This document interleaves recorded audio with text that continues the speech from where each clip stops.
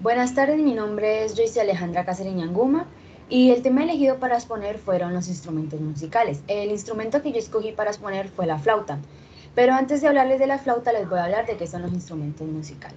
Bueno, entendemos como un instrumento musical a un objeto compuesto por la combinación de uno o más sistemas resonantes, construido con el fin de producir un sonido en uno o más tonos que puedan ser combinados por un intérprete para producir música. Al final, cualquier cosa que produzca un sonido armónico puede servir de instrumento musical, pero la expresión se reserva generalmente a objetos que tienen ese propósito en específico. La clasificación más usada de manera convencional es la de viento, cuerda y percusión. En instrumentos de viento tenemos lo que son el saxofón, la flauta, el clarinete, la trompeta, el oboe, entre otros. En la cuerda tenemos a la guitarra, el arpa, el violín, el piano, y el piano es un piano de cuerda percudida, entre otros. Y en percusión tenemos el timbal, el tambor, los platillos, el bombo. Es un grupo, los instrumentos eléctricos, que son los más recientes, por así decirlo, en el cual está el bajo eléctrico, la guitarra eléctrica, el terimán y el sintetizador. Bueno, ahora sí, hablemos de la flauta. La flauta es el instrumento que hoy llamamos, por así decirlo, uno de los más antiguos del mundo. Su origen es tan remoto que no se puede precisar con exactitud, probablemente, cuando el hombre en su incesante descubrir del mundo que lo rodeaba sopló por casualidad un objeto cilindrado y produjo un sonido. La flauta es un instrumento conocido por todas las naciones del mundo y muchos son los descubrimientos arqueológicos que dan fe de su antigüedad. A partir de allí el hombre perfeccionó ese instrumento, entre otros, hasta desarrollar modelos tan diversos con materiales de todo tipo como la madera, el hueso, el marfil, el cristal, la porcelana, los plásticos, resinas y el barro cocido, que es uno de los más antiguos, entre otros materiales. La flauta consta de un tubo, generalmente de madera o de metal, con una serie de orificios y una boquilla, en el borde del cual el bisel, que es el que produce el sonido. El aire llega directamente de los labios del ejecutante y en algunas culturas también existen tipos de flautas que se tocan a través de la nariz. Bueno, hablemos de la historia de la flauta. Como antes dicho, la flauta es el instrumento más antiguo que se conoce y posiblemente el más antiguo descubierto hasta ahora es la flauta de Djibouti, que es una flauta de hueso encontrada en el Parque Arqueológico Djibouti, ubicado cerca de Cerno, en el noreste de Eslovenia. En el antiguo Imperio Chino existían algunos tipos de flautas ya, como la flauta de Pau, las flautas de bambú y las más conocidas en ese entonces, las flautas traveseras. Hablemos de su etimología. Hay varias hipótesis de dónde proviene el nombre de la flauta. Una de ellas lo hace derivar del latín flatulare, de flatus, que significa buff. De esa habría podido derivarse la palabra aflautar y su metátesis flautar. De este modo, el sustantivo flauta sería un derivado del verbo aflautar y habría sido difundido por la poesía de los trovadores desde la lengua del Oc al resto de las lenguas románicas. ¿Cómo se produce el sonido? La producción del sonido, como en cualquier instrumento de viento con un tubo resonador, viene determinado por las llamadas leyes de Johann, en las cuales la frecuencia y consiguientemente la altura del sonido producido es inversamente proporcional a la longitud del tubo que vibra y directamente proporcional a la velocidad que tiene el fluido, que en este caso es el aire que hay dentro del tubo. En las flautas existen dos tipos de tubo, uno cerrado y uno abierto. El tubo cerrado produce un tono fundamental, pero no es armónico, y el tubo abierto produce un tono fundamental y es armónico. Por eso las flautas tienen agujeros. Los dos tubos deben ser de la misma longitud y en los cuales el aire vibra con la misma velocidad, pero de forma que en el que es abierto, el sonido fundamental que produce es bueno, mientras que el que es cerrado produce un sonido una octava más baja, por lo tanto se escucha más grave, por así decirlo.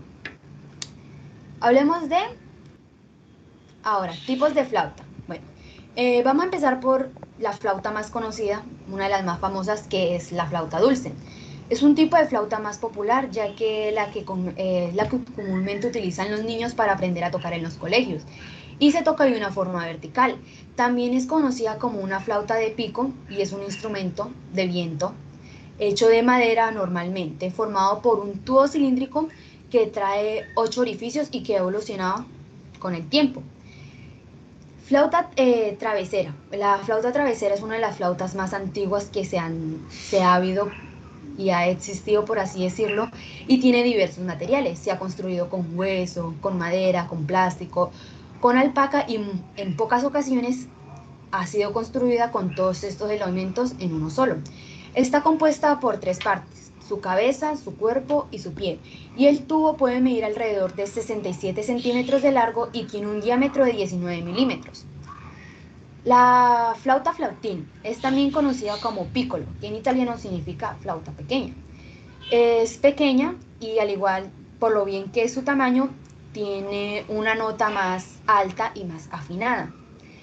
La flauta ocariana es casi parecida a la flauta travesera en el sentido de que son una de las más antiguas que se ha visto en el mundo y de la cual se tiene registro. Son totalmente redondas, ovaladas, y son las más características porque los huecos, los agujeros que tienen no son directamente proporcionales, o sea, todas derechas, no, sino que son esparcidos en diferentes partes del instrumento. Bueno, la flauta Ney.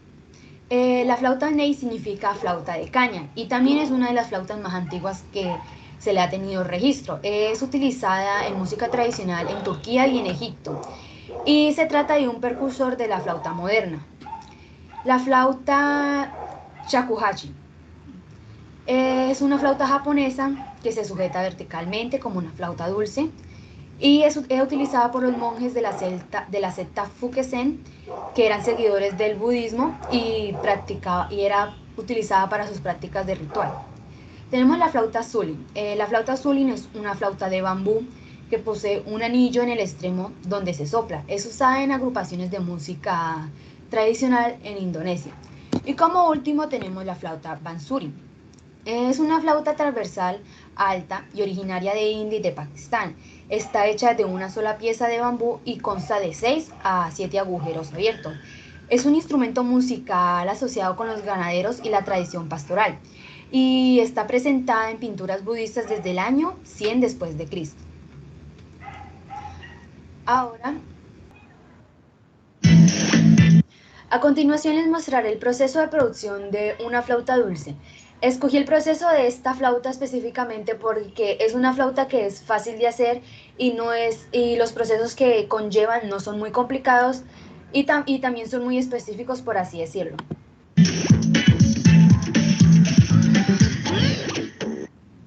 The recorder is a type of flute that's played vertically. It consists of a mouthpiece that works like a whistle connected to a tube with finger holes. Mass-produced plastic recorders are a staple of elementary school music programs. Real musicians, though, play finer wooden recorders.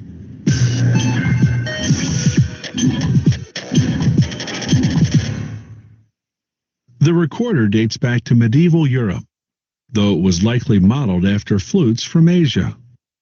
Back then, recorders were called flutes, and by 1500, they were among the most popular musical instruments. Around 1750, though, the new transverse flute banished the recorder to musical oblivion. It took a 20th century revival of music from the Renaissance and Baroque periods to bring the long-forgotten recorder some noteworthy attention.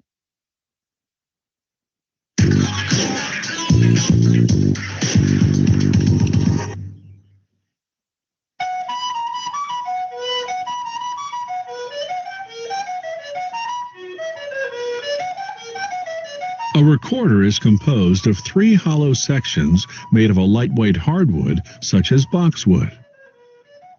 Crafting one section at a time, they find a portion free of cracks, knots, and other faults. Then cut away the surrounding wood using a bandsaw. They measure the block's diameter to ensure it's large enough. Then they carefully mark and drill through the midpoint in order to mount the block on a lathe. Precision is critical. The block must be perfectly centered as they round it into a cylinder.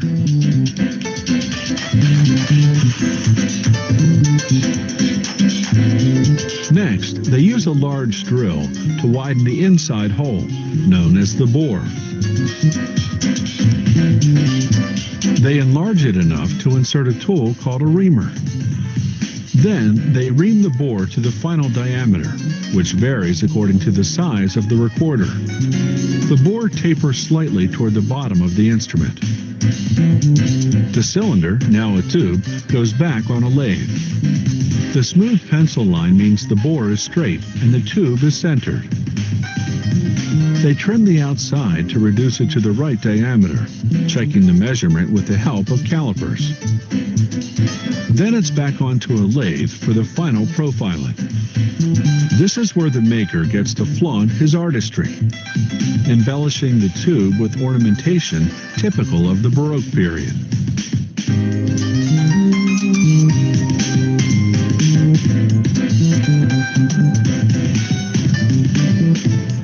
It takes about an hour and a half to cut and shape the recorder's 3 sections: the head joint, the middle joint, and the foot joint. Now they smooth the surface of each joint with fine sandpaper. Then it's back to the technical tasks. Locking the middle and foot joints in a vise, they drill the finger holes, 7 holes down the front and 1 in the back for the thumb. For the recorder to play in tune, they must follow the precise measurements specified in the technical drawing. In the head joint, they cut a flat canal called the windway. It directs the air that's blown into the instrument. Next, they carve out a rectangular window with a sloped opening called the labium. The labium is what regulates the recorder's tone, the sound quality, so its size and angle are critical. The air the musician blows into the mouthpiece travels down the windway and hits the sharp edge of the labium. This creates a whistle effect, thanks to a block of wood closing off the top of the instrument. They use cedar because it never rots, despite years of hot air and saliva blowing on it. They complete the head joint by beveling the top. This forms the mouthpiece. Now they glue a thin layer of cork around all the joint ends. This creates a snug fit when the instrument's assembled. They test the recorder's tone and tuning, making adjustments to the workings if necessary. Next, they stain the wood, then wax and buff it to a shine. Recorders have a 2-octave or 16-note range, and they come in about 15 different sizes. The longer and wider the instrument is, the lower its register. The shorter and thinner it is, the higher the sound it produces.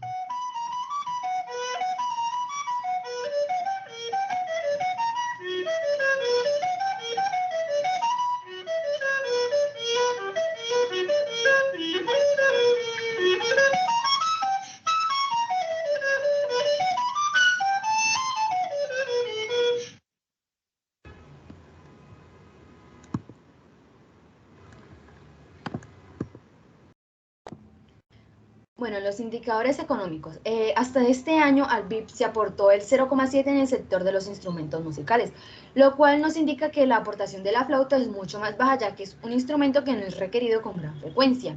En el orden de relevancia con respecto a otro producto, tomemos como ejemplo la guitarra. La guitarra es un instrumento que no solamente es requerido nacionalmente, sino mundialmente. Según la revista La República, del año 2010 al 2020, las personas que decidieron comprar una guitarra, que decidieron hacerse cargo de una de ellas, por así decirlo, subió más del 42%, lo cual es una gran diferencia en comparación de personas que están interesadas en una flauta.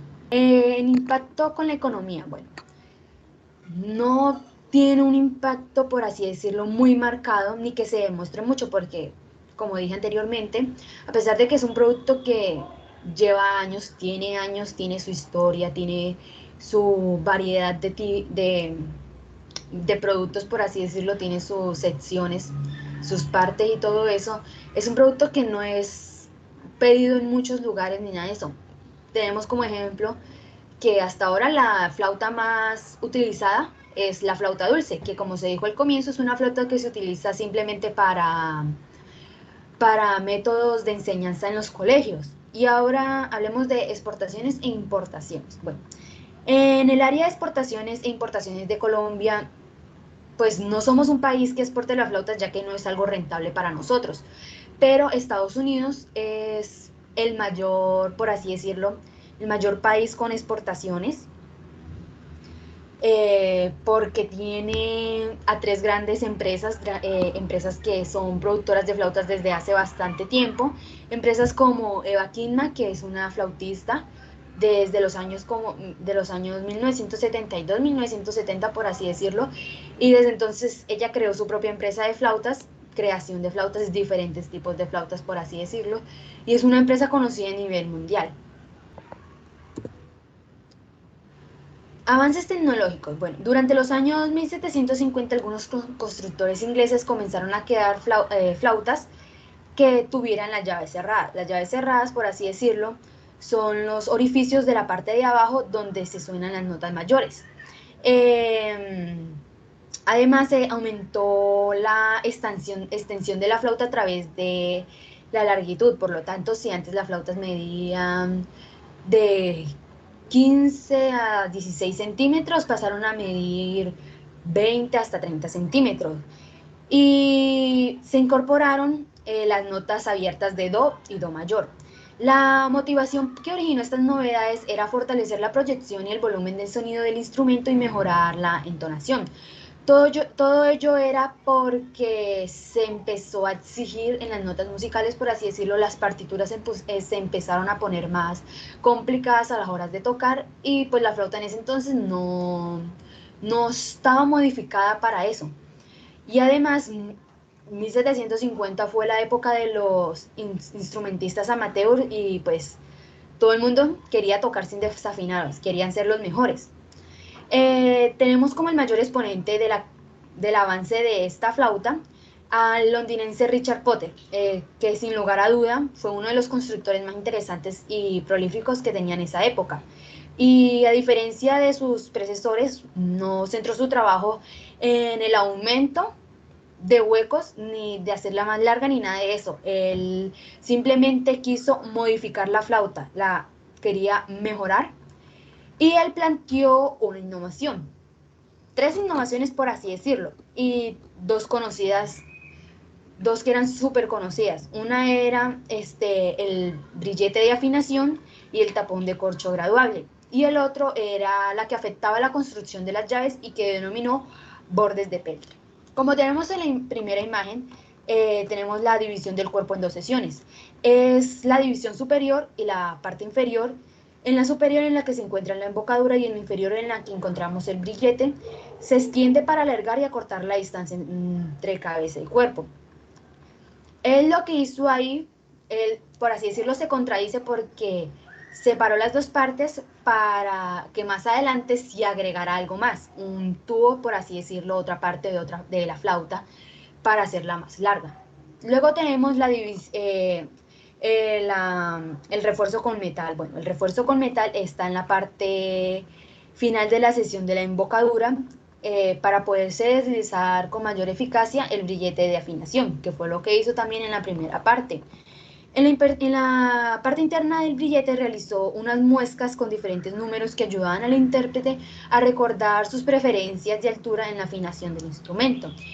Y también sustituyó el tapón de madera que habitualmente cerraba la embocadura por uno de corcho, que además disponía de una espita de marfil a través de la cual se podía regular la distancia del tapón al corcho con respecto al agujero de embocadura. Y en esta espita realizó incisiones con números con la misma finalidad que los del barril de afinación. Luego tenemos el detalle del borde de la llave. Eh, Ahí es donde se le conoce en una de las innovaciones que él creó, que son los bordes de Piltre. Es una mejora que él creó para la relación entre el agujero perforado en el cuerpo y la llave que abría o cerraba. Por ello utilizó el material llamado peltre, que era una aleación de zinc, plomo y esteño que era maleable y duradero, con el cual realizó un borde tipo chimenea alrededor de los orificios de notas que tenían llave. Además, sujetó las zapatillas de cuero que se situaban debajo de la llave con el mismo metal y este la unió al eje de la llave. De este modo, el cierre del orificio de notas era mucho más seguro y más fácil de manejar, por así decirlo. Luego tenemos la unión de zapatillas con el mismo eje, que es la parte metálica que se ve en la última imagen. Y todas estas ideas fueron planteadas por Peter y tuvieron un considerable éxito en las flautas construidas en Inglaterra. Y se sabe que tuvo una gran consideración entre los constructores vieneses. El uso más generalizado fue el de introducir el refuerzo de metal al final de la cabeza de la flauta, para facilitar su unión y el deslizamiento con el cuerpo. Pero lo que fue el brillete de afinación no tuvo éxito y se ve más en las flautas inglesas que en las francesas. Y así ocurre con el uso del peltre. No obstante, estas ideas fueron consideradas interesantes. Él se volvió un pionero en lo que hizo, en la mejora del instrumento y sentaron las bases de muchas de las innovaciones construidas posteriormente. Esto sería todo. Muchas gracias.